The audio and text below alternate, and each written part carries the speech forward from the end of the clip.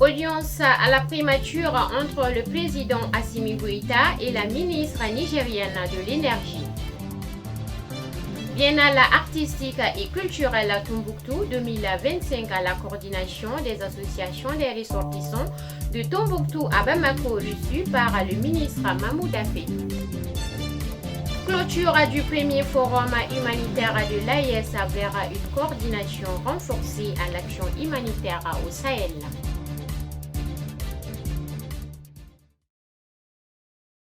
Voilà, c'était là les titres. Mesdames et messieurs, bonsoir et bienvenue à ce bulletin d'information aujourd'hui, 11 août 2025.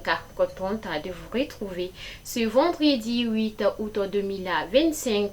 Une audience a été accordée au ministre en charge de l'action humanitaire de l'AES par son Excellence le général d'armée Assimi Goïta a reçu les ministres en charge de l'action humanitaire de l'AES. Cette rencontre marque un tournant majeur dans l'harmonisation des politiques humanitaires de la région. Sankawatara nous en dit plus.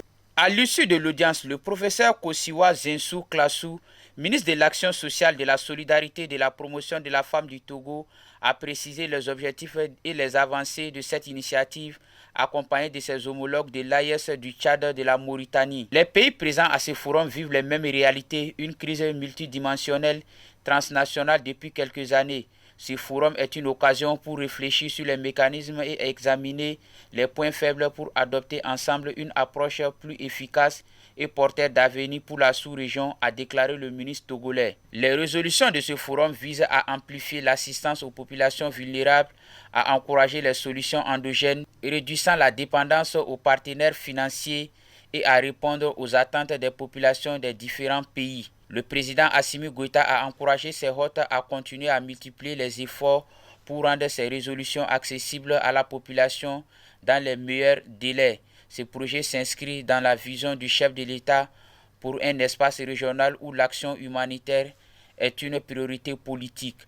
Les ministres présents ont salué l'accompagnement du chef de l'État dans les efforts à travers ses œuvres sociales permettant d'apporter assistance à des milliers de personnes en situation difficile à travers le pays.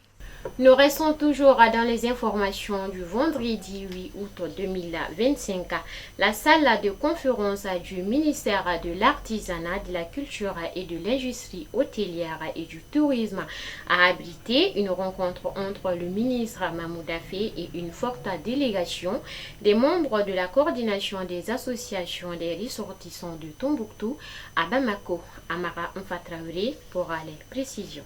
L'objectif de cette rencontre était d'échanger sur l'organisation de la biennale artistique et culturelle prévue du 18 au 28 décembre 2025 à Tombouctou. Le ministre d'Affaires a brièvement présenté les avancées majeures enregistrées sur le plan organisationnel. Il a notamment informé ses hôtes du jour de la création d'une commission ministérielle dont l'objectif est partager les informations et échanger sur l'organisation de la biennale et aussi la création d'un secrétariat permanent de la biennale. Les ministres ont aussi partagé avec l'assistant les innovations majeures prévues lors de cette biennale qui se tiendra dans le cadre de l'année de la culture décrétée par son Excellence le général d'armée Assimi Goïta, président de la transition chef de l'État. Les membres de la délégation ont félicité les ministres pour les efforts déjà consentis dans l'organisation de la biennale, toutes choses qui se rassurent. Ils ont fait leurs propositions et formulé les recommandations pour une meilleure organisation de la biennale très attendue par les populations de Tombouctou. Ils ont retiré leur soutien et leur accompagnement pour le succès de cet événement culturel majeur dans la cité 333 Saint. Je l'avais tantôt dit dans les titres, le président de la transition, le général d'armée, Assimi Goïta, a reçu en audience ce vendredi 8 août 2025 la ministre de l'énergie de la République du Niger. Elle était porteuse des messages de son Excellence, le président de la République du Niger, à son homologue malien. Madame le ministre était accompagnée de son homologue malien de l'énergie et de l'eau, M. Boubacar Djandi. Sankawatara nous ont fait les précisions.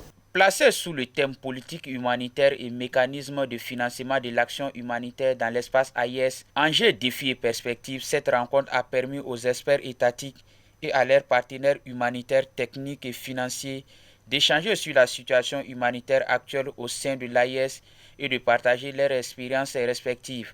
À l'issue des travaux, plusieurs recommandations ont été formulées. Mise en place d'un cadre de concertation renforçant la coordination humanitaire régionale. Diversification des sources de financement en sollicitant notamment les secteurs privés et les diasporas. Promotion de solutions durables pour les communautés hautes des personnes déplacées internes, PEDI et les réfugiés. Renforcement de l'approche communautaire et de la redevabilité envers les populations affectées.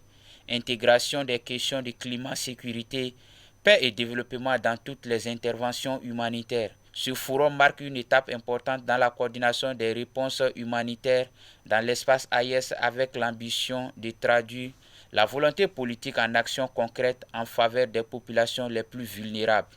Avant de clôturer ce bulletin d'information, nous vous informons que le premier forum des ministres chargés des actions humanitaires des pays de l'Alliance des membres du Sahel s'est tenu du 7 au 9 août 2025 à Bamako, réunissant les ministères en charge de l'action humanitaire et des pays membres de l'AES, ainsi que les représentants des pays invités tels que la Mauritanie, le Tchad et le Togo. Amaram Fatraouré nous en précise.